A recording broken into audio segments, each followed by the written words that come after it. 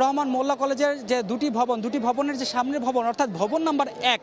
এই ভবনটি কিন্তু আজকে সকাল থেকে ভাঙচুর করা হয়েছে। ভবনের দুপাশের যে কাঁচ রয়েছে অর্থাৎ সামনের দিকের কাঁচ বলুন অর্থাৎ এর দুপাশের যত কাঁচ আছে সব কিছুই কিন্তু ভেঙে গেছে। অর্থাৎ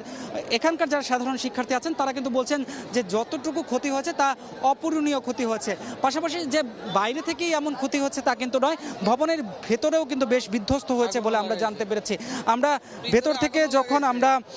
সাধারণ শিক্ষার্থীরা অর্থাৎ সবাই যখন বের হয়ে যায় তখন আমরা কিন্তু লক্ষ্য করেছি এখানে যারা কবি নজরুল সরকারি কলেজ অর্থাৎ এবং সরকারি শহীদ সোহরাওয়ার্দী কলেজ থেকে যে শিক্ষার্থীরা এসেছিলেন তারা মূলত অনেকেই চেয়ার টেবিল কম্পিউটার সিপিইউ সহ বেশ কিছু সরঞ্জাম কিন্তু তারা নিয়ে গিয়েছেন এবং তারা তখন আমরা তাদেরকে প্রশ্ন করেছিলাম যে আসলে কেন তারা এরকম করছেন। তারা কিন্তু আমাদেরকে বলেছেন যে এই ঘটনাটি বা এমন করার একমাত্র কারণ হচ্ছে গতকালকের যে কাহিনী অর্থাৎ গতকালকে ডাক্তার মাহবুবুর রহমান মোল্লা কলেজ যে দুটি কলেজ অর্থাৎ পুরান ঢাকার দুটি স্বনামধন্য কলেজ শহীদ নজরুল কলেজ এবং সোহরাওয়ার্দী কলেজের উপর যে হামলা চালিয়েছিল সেই হামলার প্রতিশোধ স্বরূপ তারা মূলত এই কাজটি করেছেন। এবং আমরা যেটা লক্ষ্য করেছি এখন পর্যন্ত সব কিছু মিলিয়ে সেটা হচ্ছে দুই পক্ষের মধ্যেই যে প্রতিশোধ নেয়ার যে প্রবণতা সেই প্রবণতা কিন্তু আমরা দৃঢ়ভাবে লক্ষ্য করেছি। সুতরাং এই পরিস্থিতি কিভাবে শান্ত হবে সেটা আসলে বলা যায় না। আমরা দেখছি আবারও কিন্তু ধাওয়া ঘটনা ঘটেছে এবং এই মুহূর্তে শিক্ষার্থীরা যারা ডাক্তার মাহবুবুর রহমান মোল্লা কলেজের সামনে ছিলেন তারা অনেকটাই বিচ্ছিন্নভাবে দৌড়ে পালাচ্ছেন। তবে এমন ঘটনা কিন্তু এই জায়গায় যে এই প্রথম ঘটলো তা কিন্তু নয়। এই ঘটনাটি কিন্তু প্রায় 15 থেকে 20 মিনিট পরই এই যে এই এলাকাটিতে ঘটছে এবং এক পক্ষ ধাওয়া দিচ্ছেন আরেক পক্ষ পিছু হচ্ছেন আবার আরেক পক্ষ ধাওয়া দিচ্ছেন আবার আর প্রথম পক্ষ যারা প্রথমে ধাওয়া করেছিলেন তারা আবার পিছু হটছেন। আমরা লক্ষ্য করছি যে এখানকার যারা স্থানীয় মানুষজন আছেন তারাও অনেকটাই ঝুঁকি নিয়ে এই এলাকাগুলো পার হচ্ছেন। আমরা বেশ কয়েকজনকে এখানে লক্ষ্য করেছিলাম যারা এই পথটা অতিক্রম করবেন।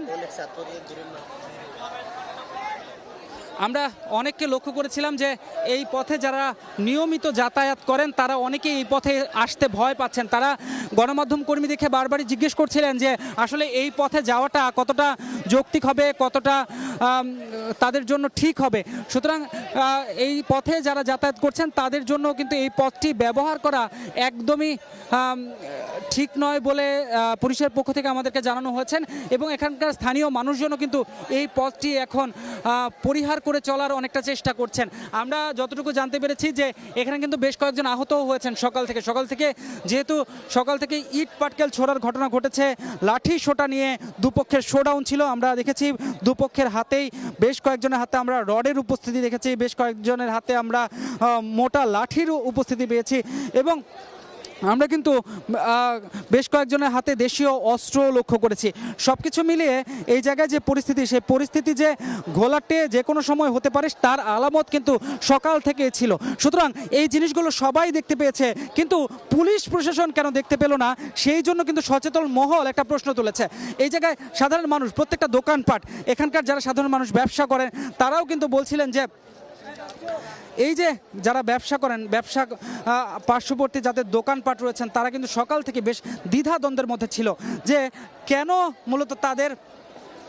এই ব্যবসা প্রতিষ্ঠানটি ক্ষতিগ্রস্ত হওয়ার শঙ্কা নিয়ে তাদের ঘুমাতে যেতে হবে। অনেকেই আমরা দেখেছি আশেপাশে বেশ কয়েকটি দোকানপাট বন্ধ রাখা হয়েছে কেননা এই জায়গায় সকাল থেকেই যে ধরনের ঝামেলা চলছে সুতরাং দোকানপাট লুটপাটের যে ঘটনা সেটা কিন্তু ঘটতেই পারে। সুতরাং তারা সকাল থেকেই ভয়ে এই অঞ্চলের যে দোকানপাটগুলো সব কিছুই বন্ধ রেখেছেন। আমরা দেখতে পাচ্ছি যে এখানকার যারা সাধারণ শিক্ষার্থীরা আছেন ডাক্তার মাহবুবুর রহমান মোল্লা কলেজের যে শিক্ষার্থীরা তারা এখানে একটি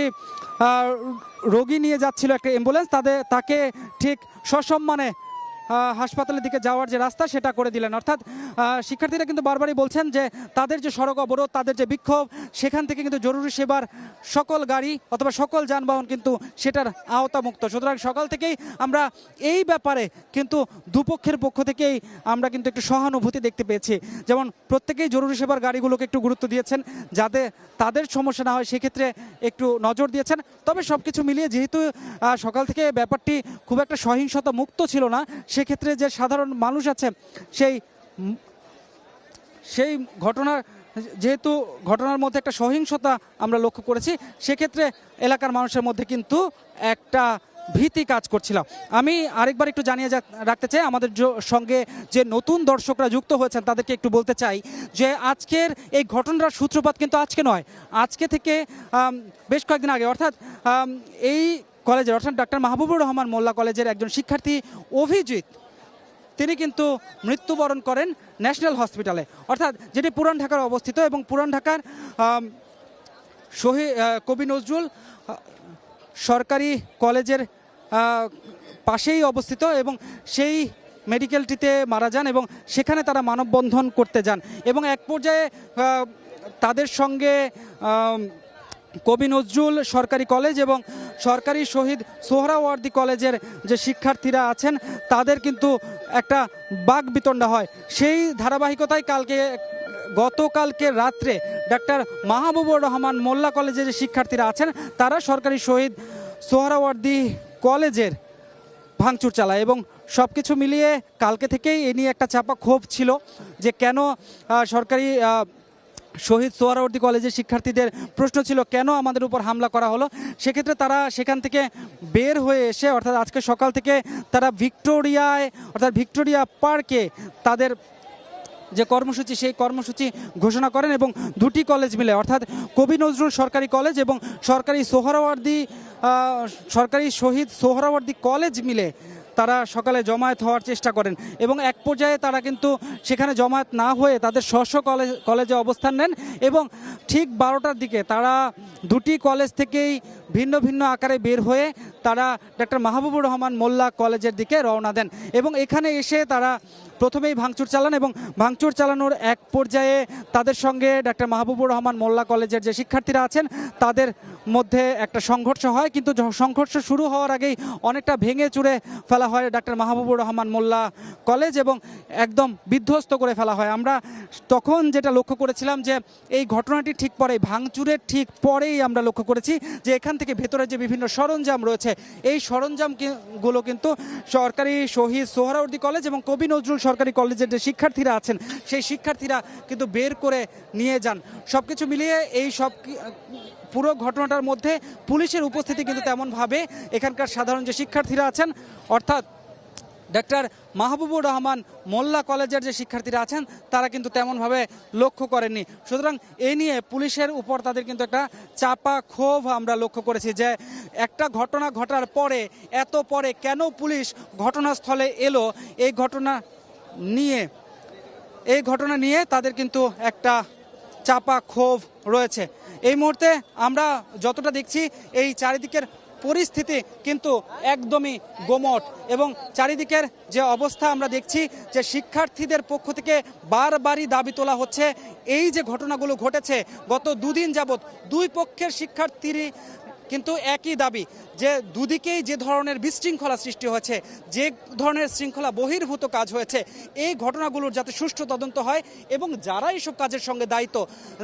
জড়িত তাদের যাতে বিচারের আওতায় আনা হয় এমনটাই কিন্তু দাবি করছেন। আমরা